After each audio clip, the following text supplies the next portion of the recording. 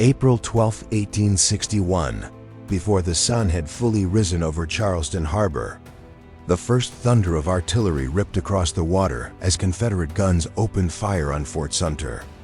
And in that violent flash of flame and smoke, a question was born that still haunts American history. How did a rebellion so confident, so fierce, so certain of its cause end in total collapse just 4 years later, leaving fields soaked in blood, cities burned to ash, and a generation of young men buried beneath wooden markers? When people ask why the Confederacy lost the American Civil War, they often expect a simple answer, but the truth is a chain of brutal realities that tightened around the South's neck from the very first shot. The Confederacy began with passion, with skilled generals like Robert E. Lee, Stonewall Jackson, and J.E.B. Stuart, and with soldiers who believed they were defending their homes. Yet belief alone could not manufacture rifles, railroads, or rations. From the outset, the Union possessed overwhelming advantages in industry, manpower, and infrastructure. By 1861, the North had more than 20 million people compared to roughly 9 million in the South. And nearly 4 million of those Southerners were enslaved and denied the freedom to fight for a cause that enslaved them. The Union controlled most of the nation's factories, produced the vast majority of firearms, boots, iron, and railroad tracks, and had a navy capable of sealing off Southern ports. The Confederacy gambled that cotton would win them European allies, especially Britain and France, but that gamble failed. European powers found other sources of cotton and hesitated to back a slaveholding rebellion. Meanwhile, the Union tightened its naval blockade in what became known as the Anaconda Plan, slowly choking Southern trade.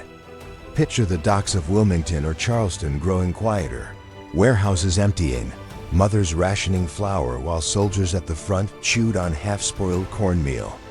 Hunger became a silent enemy, creeping through Southern towns like a ghost no one could shoot. On September 17, 1862, at the Battle of Antietam, the bloodiest single day in American history, more than 22,000 men were killed, wounded, or missing. The fields of Maryland turned into a nightmare of smoke and screaming. Soldiers stumbled through cornfields slick with blood. A young Confederate private wrote of stepping on something soft in the haze only to realize it was a severed hand. Antietam did not deliver a crushing tactical victory to the Union, but it gave President Abraham Lincoln the opening he needed to issue the Emancipation Proclamation on January 1, 1863, transforming the war from a fight to preserve the Union into a moral crusade against slavery. That single decision made foreign intervention for the Confederacy nearly impossible. European governments could not openly support a nation fighting to preserve slavery once the war was framed as a struggle for human freedom. And then there was Gettysburg. From July 1 to July 3, 1863, the rolling hills of Pennsylvania became a furnace. Lee's bold invasion of the North ended in disaster when Pickett's charge on July 3 sent thousands of Confederate soldiers marching across open fields into withering Union fire. Survivors later described the sound as a sheet tearing through the sky, the air alive with metal. Men fell in rows. Some reached the stone wall only to be shot at point-blank range. When Lee's army retreated back to Virginia, it left behind not just bodies but momentum. The Confederacy could no longer realistically hope to force the Union into surrender through battlefield victories alone. At the same time, in the West, Ulysses S. Grant captured Vicksburg on July 4, 1863, splitting the Confederacy in two along the Mississippi River. The South was being carved apart piece by piece. Logistics, not just bravery, determined survival. Southern railroads deteriorated under strain, tracks twisting from overuse, locomotives breaking down without spare parts. Soldiers sometimes marched barefoot, leaving trails of blood on frozen ground. Disease ravaged camps. Dysentery, typhoid, pneumonia claimed lives quietly at night. Imagine lying in a dark tent, feverish, listening to a friend cough until the coughing stops altogether. War was not only cannon fire and heroic charges. It was rot, infection, and the smell of unburied dead. The Confederacy also struggled with internal divisions. States' rights, the very principle they claimed to defend, complicated centralized command. Governors resisted sending troops out of state.